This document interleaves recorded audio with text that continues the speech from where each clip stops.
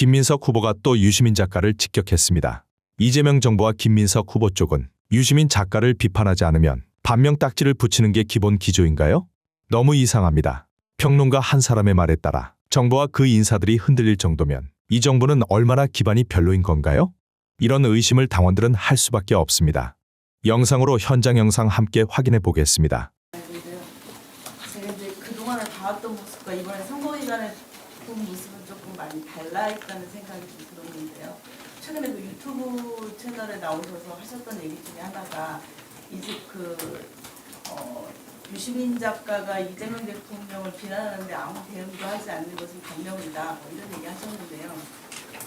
너무나 좀 모자르듯이 이렇게 딱 잘라버린 건 아닌지 중간 지점이 없는 것처럼 얘기를 하셔서 좀 그런 선거 중에 보면 가끔 고개를 좀 가끔하게 하는 부분들이 있던데. 네, 그럴 수 있습니다. 제가 네, 이해합니다. 물론 이제 샤우팅을 하시다 보면 이제 정확하게 의미를 전달을 해야 되기 때문에 좀 강력한 네. 표현도 필요하겠지만 그걸 좀 생각해서라도 좀 더 신중하게. 네, 죄송한데 그 부분은 신중이 아니라 신중하게 생각한 단어였습니다. 네.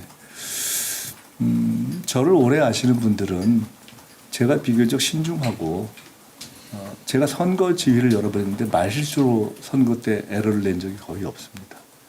그리고 국회에서 야당과 논쟁을 벌일 때도 야당에게 최대한 예의와 품격을 지키려고 노력하는 편입니다. 그리고 그렇게 개인적으로 화를 내는 사람도 아닙니다. 근데 사실은 지난 1년간 총리를 하면서 총리가 너무 얘기를 안 하는 것이 아닌가라는 이야기를 들을 정도로 발언도 자제해 왔습니다. 근데 이번에 당대표로 나오고 나서 약 한 달 반 정도 시간이 지났는데 저로서도 격정을 가라앉히는데 시간이 좀 필요했습니다. 그래서 그 부분에 있어서의 격정에 대해서 불편하신 분들이 계셨다면 저는 그 부분 이해해 주시기를 부탁드립니다. 그 격정을 가라앉히기 시작한 것이 부산, 울산, 경남 선거 때부터였습니다. 지금 한 열흘 정도 된 것 같습니다.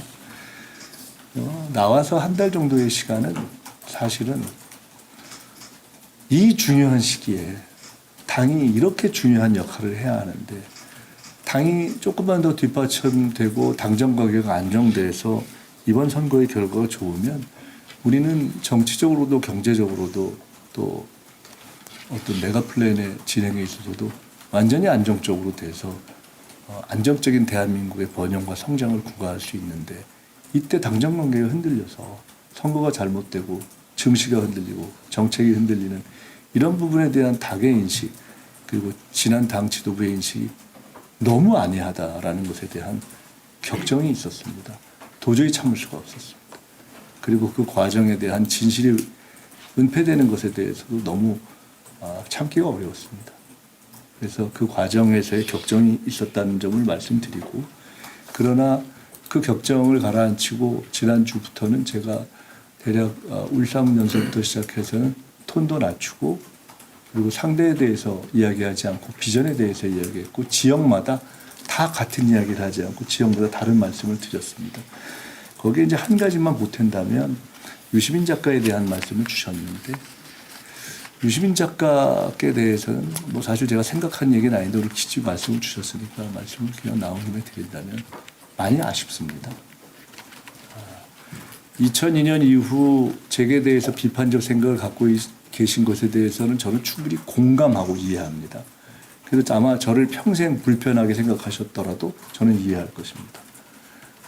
그리고 그에 대한 존중을 가지고 있었습니다.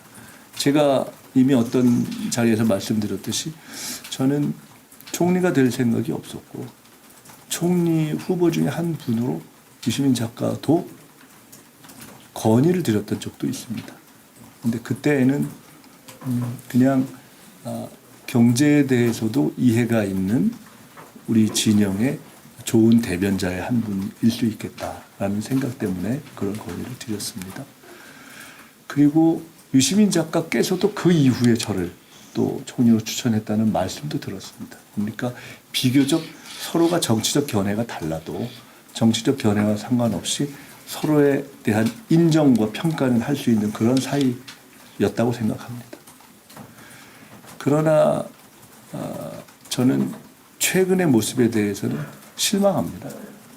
근데 그 실망의 정도가 큽니다. 그리고 유시민 작가께서 노무현 재단 이사직을 사임하시기 직전에 제가 유시민 작가께서 알고 계시다고 생각하고 주장하는 사실관계의 상당 부분이 틀려 있다라는 것을 직관적으로 전했습니다. 전달되었습니다. 제가 확인했습니다. 대표적으로 대통령님의 검찰개혁에 대한 의지가 박약하다, 없다. 그렇기 때문에 비판할 수밖에 없다. 합당에 대한 것도 대통령 의지가 있는데 김민석이 가령 그것을 저지했다. 이 모든 것이 틀린 것입니다. 사실과 전혀 다릅니다. 이미 입증되었습니다. 검찰개혁은 이미 포항수사권 폐지로 마무리되지 않았습니까? 이미 4월 달에 하려고 한 게 다 입증되지 않았습니까? 검찰개혁 지금 정청래 후보가 메가 프로젝트 속도전을 얘기하시는데 검찰개혁도 속도전이 아니라 지연전을 했는데 뭘 기대하겠습니까? 검찰개혁을 지연했습니다. 대통령님은 제게 맡겼고 저는 여러 가지를 판단해서 4월 달에 끝내는 것이 좋겠다고 생각했는데 전당대회 때까지 늦춘 것입니다. 합당 문제도 저는 일관되게 조국 대표가 가능하다면 민주당으로 합류해서 정치를 하는 것이 좋겠다는 생각을 당사자를 포함해서 직간접적으로 많이 이야기해 왔습니다. 그 일이 폭탄 선언으로 다 망가진 것입니다. 그래서 이런 등등에 대해서 비판은 좋으나 사실관계를 명확하게 인식하면서 비판하는 것이 좋지 않는가라는 말씀을 전했습니다.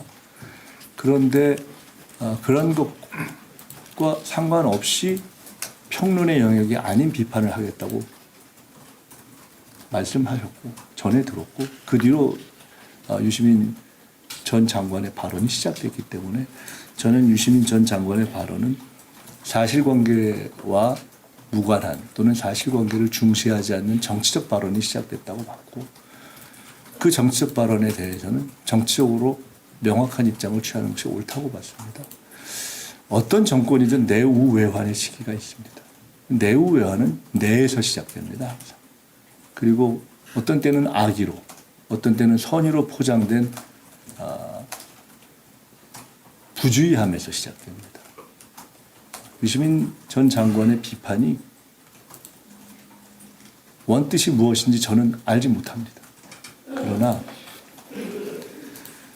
개혁 의지 자체를 부정하고 그리고 필패를 이야기하면서 국가와 당의 단합의 상징인 대통령을 ABC의 B그룹 수장으로 전락시킨 태도는 용서받을 수 없다고 생각합니다.